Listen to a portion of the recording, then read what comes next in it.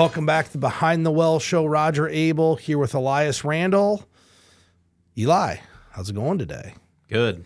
Happy Valentine's Day. It's coming. Yep. Are you ready? Oh, yeah. All right, so tell me. Always ready. I always think this is a good discussion to have. We probably do this every year. Do you go out on Valentine's Day? No. Yeah, me either. Why don't you go out on Valentine's Day? It's a hassle. There's a lot of people out.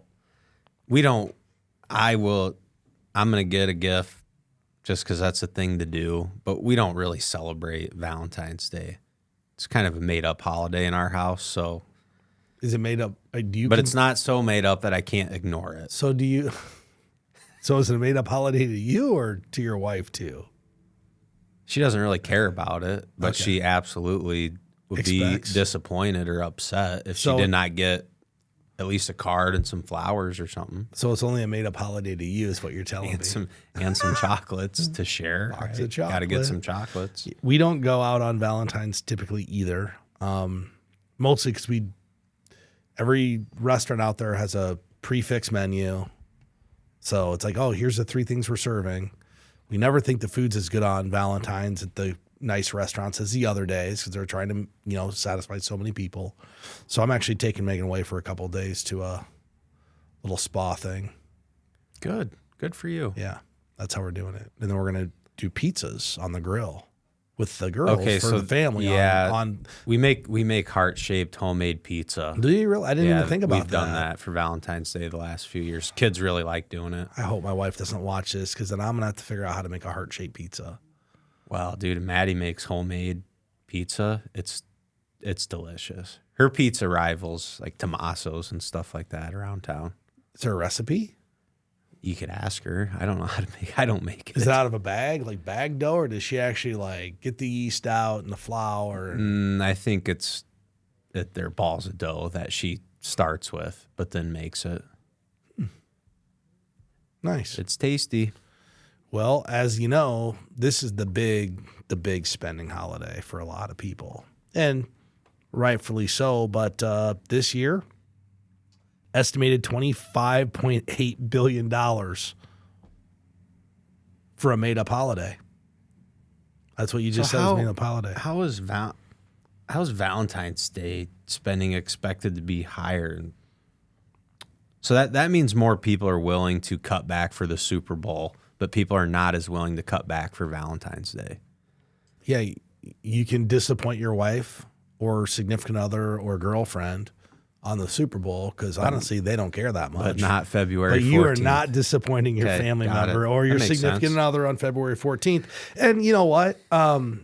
Spending more, that's likely a little bit of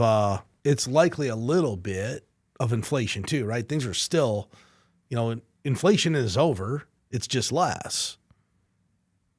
Right? Inflation's running about 3%. Goods are still more expensive this year than they were a year ago. Yeah, and they always are. So if we add what it was the year before, we had 3%, we're probably about the same adjusted for inflation, but from a pure numerical dollar amount, it's more. 56% of Americans plan to celebrate Valentine's Day. That's up. And one of the biggest categories people spend on every year, most popular gift, flowers. And I'll be in there. I'll be buying flowers. Yeah, everybody likes flowers. It's hard to say they don't. Greeting cards, 40% of the cost. An evening out, 40%. Jewelry's 35%, and then 22% across a bunch of other categories. But this is a $6.5 billion day for the jewelry industry. Are you buying any jewelry this year? No. We're doing the spa. Good. Yeah. I have bought jewelry before. Back in the day, I worked at Rogers Jewelers when I was in college, and so I know how much people spend on this. But they will spend $5.4 billion eating out as well, which is a huge number on food. But it is a fun day to celebrate, and kind of what's different in our family now, Elias, probably similar to yours. We've got kids, so they like to celebrate these little holidays. We're kind of celebrating with them now. Oh, yeah, that's why we'll make the homemade pizza, the heart-shaped pizza. It's just for the kids to have fun. And they really like it, and they'll be excited to do it. So, yeah, it's more of a I would say when we celebrate Valentine's, it's more all of us, all 5 of us celebrating as a family. Well, you know, Valentine's is about relationships. And I think, like you just mentioned, your wife doesn't really care about it that much, right? Like, she cares that she gets a card and some stuff, but doesn't care if you go all out. Correct. And whether good or bad. And if you think about successful relationships, a lot of it is getting on the same page with money and understanding your personal relationship with money, your money personality. If you understand what your spouse's or your significant other's relationship with money is and yours, a lot of times it can go a long way in improving the overall relationship, because people value things differently in life. Things that I value, there's things that my wife is like, why do you care about that? And vice versa. But that's what makes a good relationship, is figuring out what's important to other people. And I think we've got some tips for, how to potentially understand what your money personality really is. Well, and how often are a husband and spouse, their relationship with money exactly the same for a husband and wife, for a couple? Not often. Right. I mean, occasionally, but most of the time they're a little different. Yeah, it's the exception more than the rule, right? And it's probably an oversimplification, but almost every family has a saver and a spender. That might not, that might be too simplified, but that's kind of the gist of it. So I think when it comes to finances, the most successful families, they have found a way to accommodate both people and their relationship with money. Because if you're a saver that's forcing your family to save every penny and you're not spending any money on lifestyle, that can cause some issues. Or the other way around, where if you're spending so much that then the person who likes to save feels like, hey, we're not prepared for things, and I'm anxious because I don't like our financial situation. That can cause its issues as well. So I think when you go through the process of understanding each person, their relationship with money, and hey, we can accomplish goals and find the balance. What is the balance of all this stuff that everyone involved has the lifestyle that they want to have? Well, and to do that, you have to understand and have a very honest reflection on where you are. No one wants to admit they overspend. Like, no one really wants to admit that. You think so? Yeah, I'm sure. Otherwise, I've heard a lot of people say, "Oh, yeah, I'm not good with money." Well, I mean, I guess they say it. Maybe they don't like to say it. They don't. Yeah. So let's talk about some of the categories of people that we see. First is what we would call the value seeker, and this is the person who's ultimately pretty tight with money, and they're always looking to spend a lot of time researching, a lot of time trying to get the very best deal. But at the same time, if something's more expensive, they actually view that as better. So it's a little counterintuitive. Think about it. They want the best deal, they want to research, but they still value the price. And I can see that. A little bit of that is, I think, where you are in your wealth building stage. I think when you get a little bit of money early on, you view expensive as better. And as you have more money and you can have all the things that are expensive, all of a sudden it shifts a little bit. And you go to this world where, hey, wait, maybe I just want what I like, regardless of what the brand is on it. I have seen that shift a lot with people as they get more mature. They have more money. They can afford to buy all the fancy stuff, but they literally buy what they like versus what the name says on it. Why do you think that happens? Is it a quality thing, or it's just, I like this brand better than this brand? I don't even think it's a brand. It's just, I like this, but how it fits, what it looks like. I just like this, and they don't care what the brand is. It could be the most expensive. It could be off the shelves of Walmart. Right, but if you like it, you like it. Right. So the second's the non-spender. And the non-spender, they just avoid spending because it's painful. And we know a lot of these people, and people who are non-spenders that typically we work with, and I think you would echo this sentiment, Elias. The non-spender typically is a non-spender because they don't understand that they're not going to run out of money. They haven't sat down. They haven't done a plan. They don't know what their money's doing for them. So they are so fearful of making a mistake. The default option is I'm not going to spend anything. Right. Just save more, save more, save more. And this is probably, I think people would be surprised at how many non-spenders that we've helped bring some more balance into their life. Like the other day, someone made a comment. He came in for a review and he goes, we went on 2 vacations last year. Where 3 years ago when I met him, going on vacation was like, it was painful, didn't want to do it. And he did tell me, he said, honestly, I do feel like we spent too much to do it, but I know it just doesn't really matter because we're doing all of these other things. So it was a good conversation of, you're going to accomplish your goals. You guys, they even built a pool at their house, which I was shocked to learn. So they put in a pool, went on 2 vacations, and he said, I feel like we spent too much, but we maxed out all of our accounts again. We got the house paid off. Like, so you guys, you're doing it right. So let me ask you a question. Do you think this individual's ability to let go a little bit and spend money that they wouldn't have usually done was the effect of having a financial plan done to them, knowing, hey, we're actually okay. We can spend some money on discretionary items? Or was it just they finally made this mental shift that it was okay? Was it a function of the plan or just... Yeah, it was a function of... Had they ever done a financial plan before you met with them? No. How old are they? Are these 40? Okay, Yeah. Same. Okay, I know what we're talking about. Right in the ballpark of 40. So this is so cool because I think there's a lot of people that are probably listening to this show that believe they don't need to do a financial plan yet. They're 35 or 40, they're like, we don't need to do this. Well, what it might do, it might just reinforce all the great things you're doing and allow you to change your lifestyle a little bit to live more for today versus 20 years in the future, because you're already doing all the right things for 20 years in the future.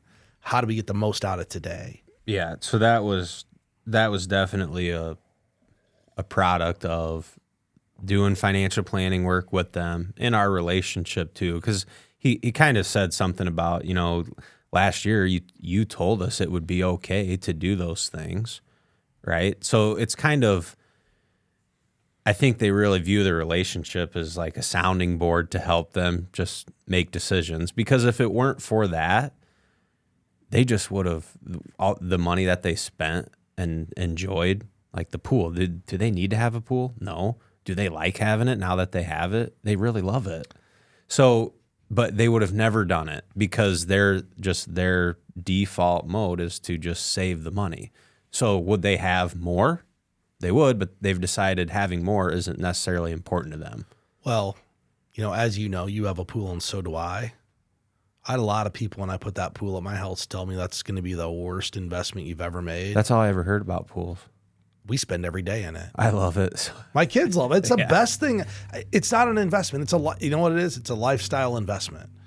Our kids are around us all the time. We are in that thing every single day. In fact, I had a friend, he's like, you're going to fill it in with dirt someday. I'm like, well, maybe, but it's what my wife wants. And I wanted it too. So we did it. The third, type or personality type is the big spender. And I don't want people to think this is negative. Being a big spender is okay as long as you're doing it in the context of your plan and you can afford to do it. And really the big spender, they like to spend money on material things because it connects them to themselves or others, and it's how they kind of enjoy the world. But I think when we call someone a big spender, it gets a bad rap. Being a big spender, if you have the money, is okay. If you enjoy boating and you have a boat, well, yeah, we'd probably call you a big spender. You want big toys.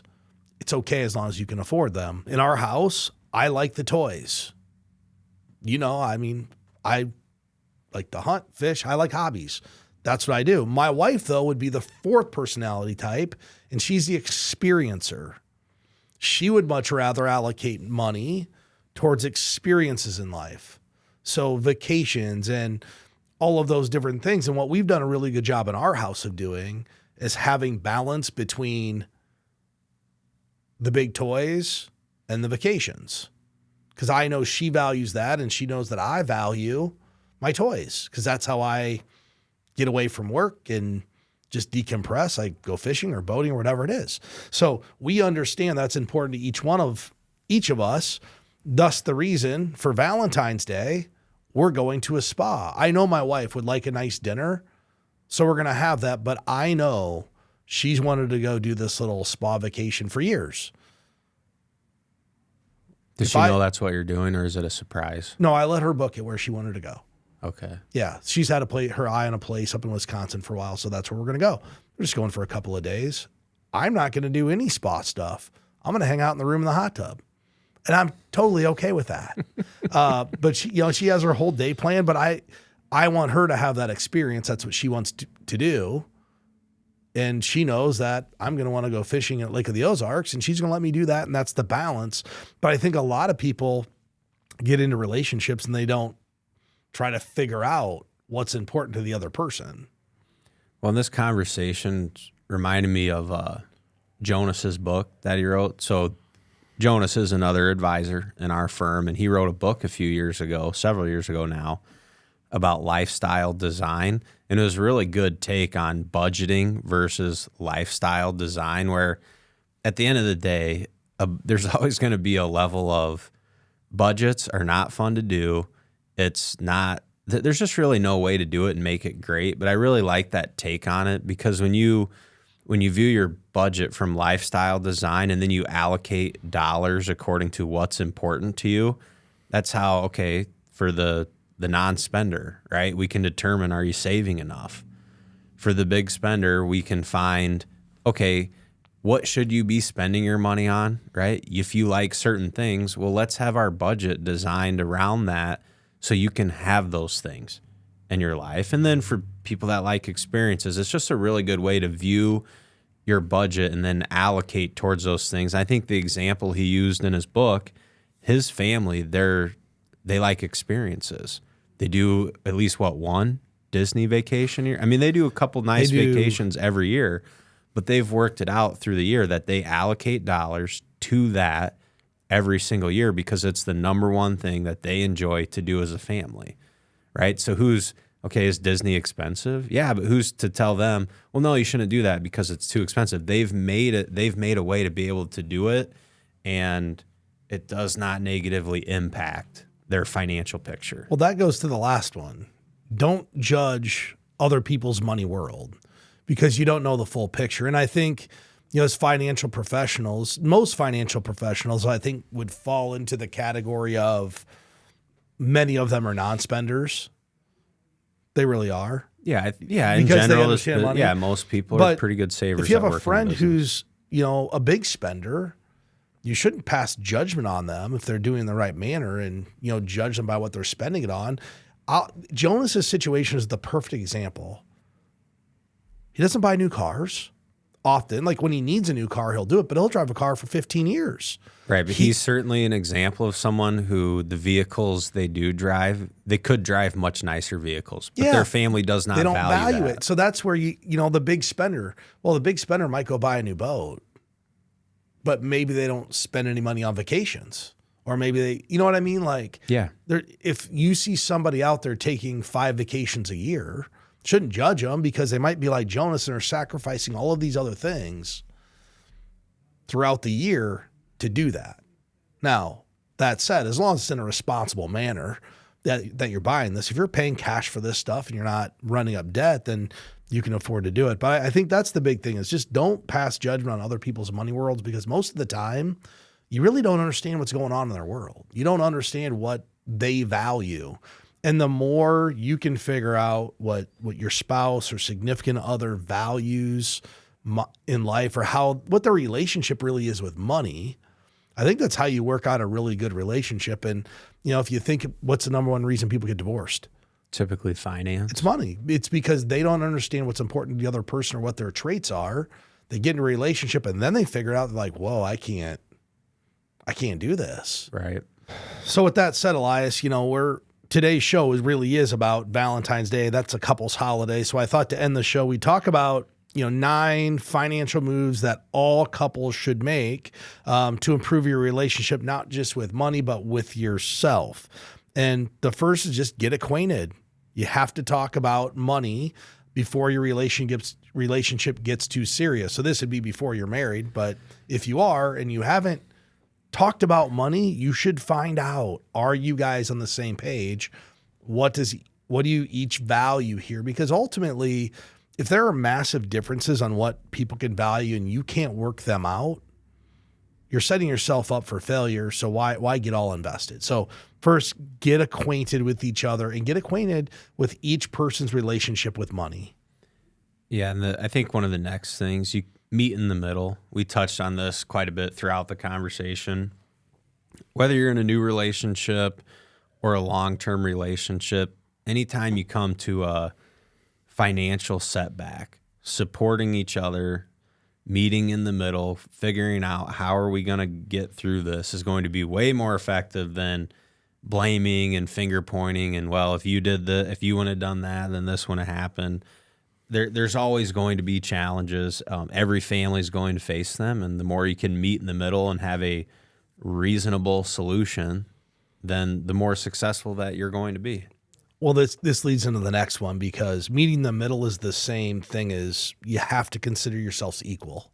If you're in a married relationship, it really shouldn't matter who's bringing the money in, because people are carrying different weight here. And I think that there's a lot of stay-at-home moms that they don't get a bad rap, but I don't think they get appreciated for what they do.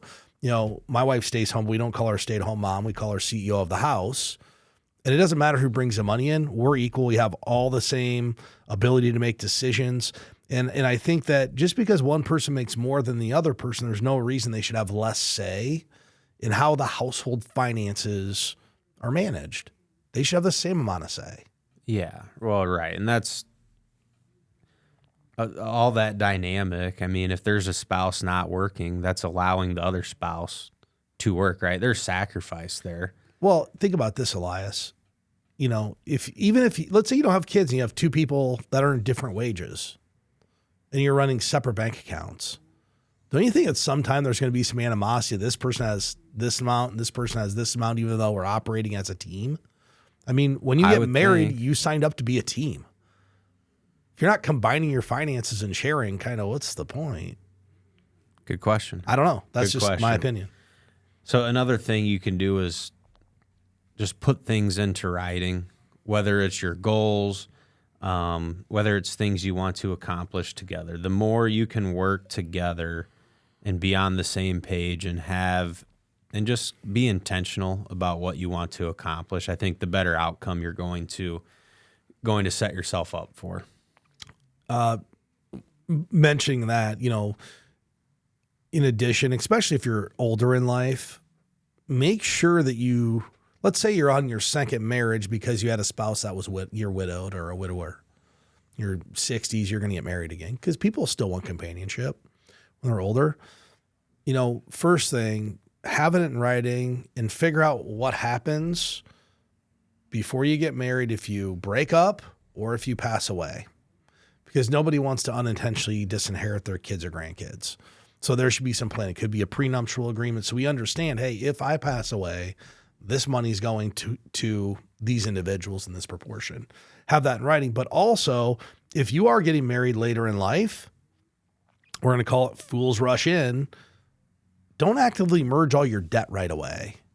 If one person has a lot of debt, they can be personally financially responsible for that and chip away at that once you get married. You don't have to take half of their debt just because you got married and you're entering into a relationship. So just be careful that you know what's out there and you're not signing up for something you weren't aware of.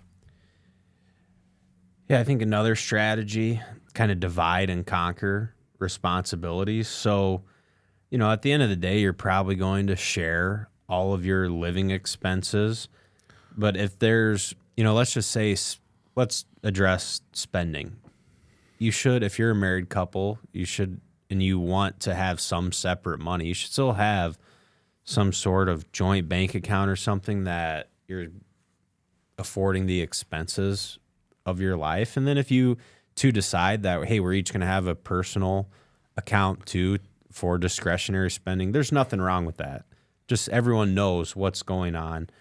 And I think the other thing, and we talked a little bit earlier about if you are a family where you have a working spouse and a non-working spouse, you're dividing and conquering at kind of a different level but that doesn't mean any person involved is less important in the wealth creation of the family or the decisions that need to be made. It's just you've decided that in your family, one person's going to work, one person's going to take care of the home, and that's a great way. That's a great way for families to operate. And I think another good strategy for married couples, if you can find a way to afford your life off of one income and then use the other income for savings, debt payment, discretionary items, it's hard to not be successful when you approach it that way. Well, and to your point, in that situation you're discussing, a lot of times when there needs to be the purchase of a house or a vehicle or whatever, and they're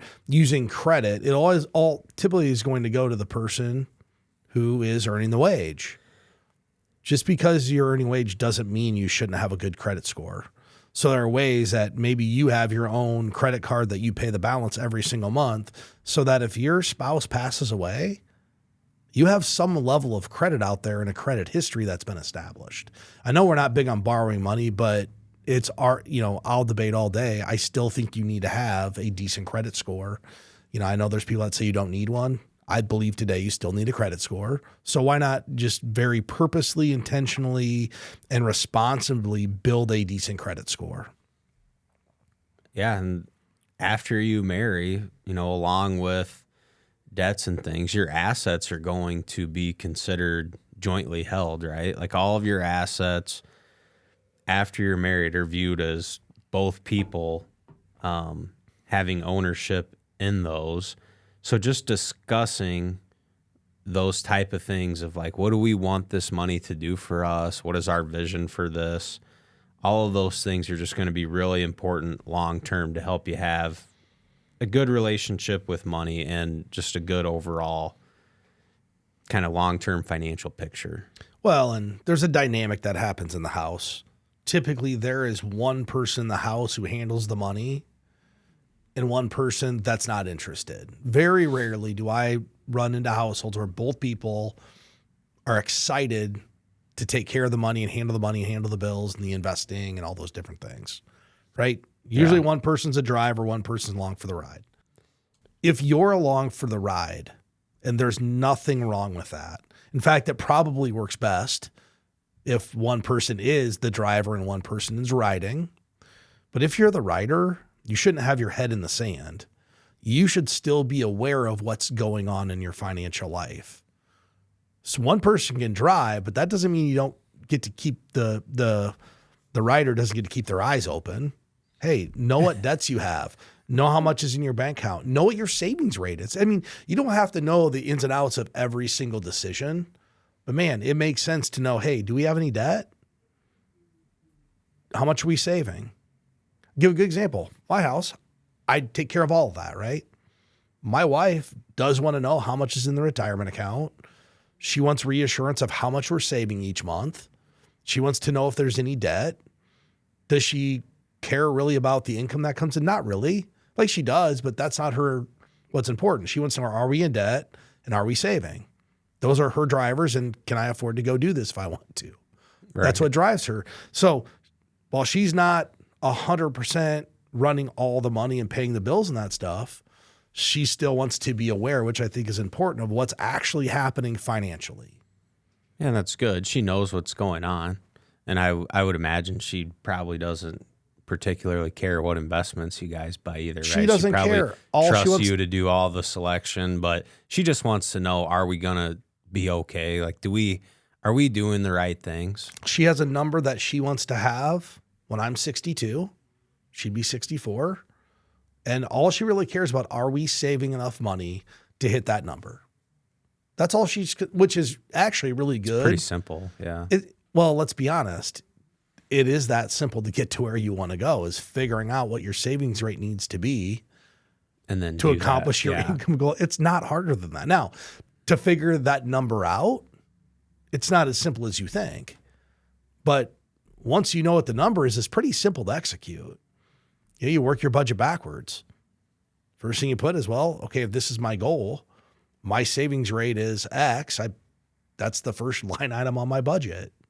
And then we can start allocating all the other things. So with that said, I wish everybody a happy Valentine's Day, however you choose to enjoy it. But these are just some good money tips we talked about today to strengthen your financial and personal relationship with your significant other, spouse, or soon-to-be spouse.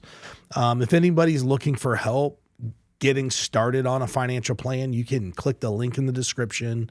You can go to premieriwm.com or btwellshow.com.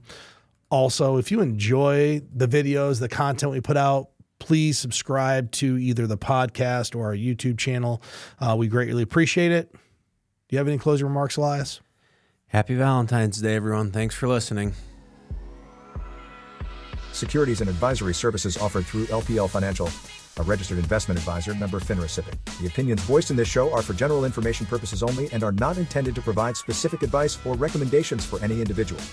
To determine which investments may be appropriate for you, consult with your attorney, accountant, and financial or tax advisor prior to investing. Premier Investments and Wealth Management and LPL Financial do not provide tax advice. Please consult your tax professional. Economic forecasts set forth may not develop as predicted, and there can be no guarantee that strategies promoted will be successful. There's no guarantee that a diversified portfolio will enhance overall returns or outperform a non-diversified portfolio.